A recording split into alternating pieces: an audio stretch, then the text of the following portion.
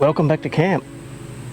Today this is a short video and it's something I've learned over the last couple of months, and there's very little of it on YouTube, so I thought I'd just take you through the vet crush hydraulics, because I was tricked for some time.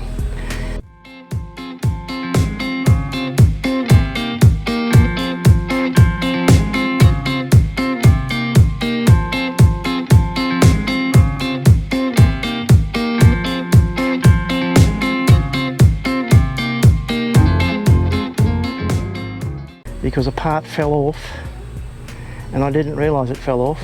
I didn't realise it was required, and I'll just take you through the process of my frustration in regards to learning all this. So let's have a look. I'll show you what part of the vet crush I'm talking about. So this is the vet crush. It crushes the animal so you can do work on it. And right here we have hydraulic ram, hydraulic ram, and up the top end there we have a linkage which operates when you move this arm here. So when you open it up, you can see the hydraulic ram opens up. But what I didn't realise was that this thing here, this bit of rusty steel, fell off it. So that was on top. You can see right there where I've made a brand new one. I got a head of a bolt and a tube and welded it up, and that just sits on top of the ram.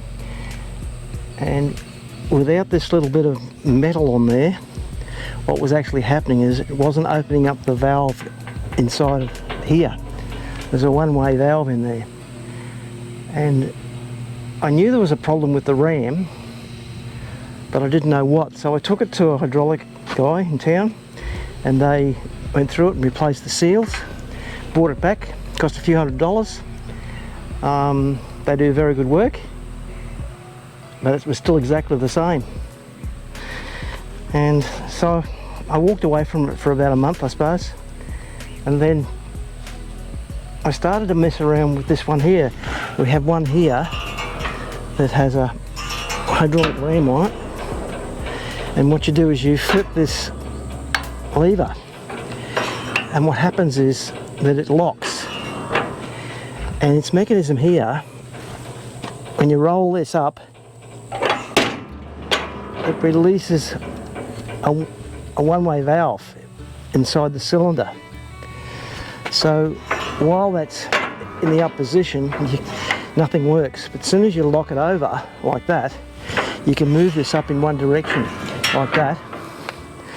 And the idea is that the cattle, they can't move that.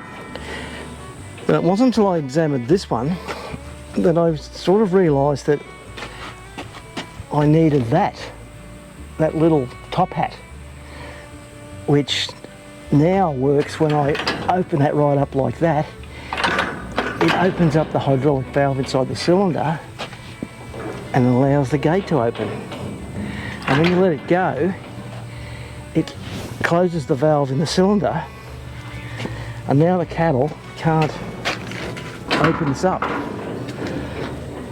And for at least 2 months there, I removed this bottom pin here and was just using the crush.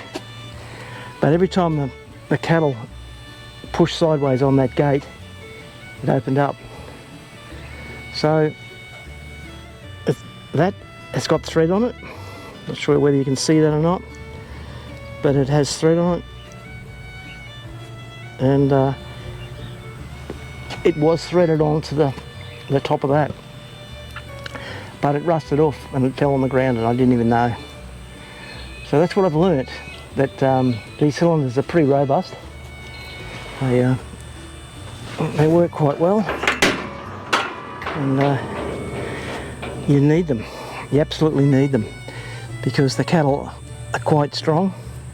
You get their head in there and they've got lots of muscles and they will move it around. But anyway, there we have it, rebuilt. And in the process of all that, I took the gates out and checked the rollers and greased up all the rollers, and the gate's working perfectly now. All because this thing dropped off and I didn't know about it. So I had to go through the learning curve of how the hydraulics worked in one of these rams.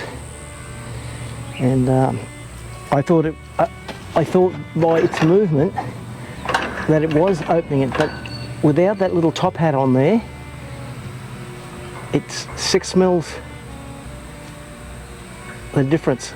There was 6 millimeters that it wouldn't push down further, and the ram wouldn't open the valve.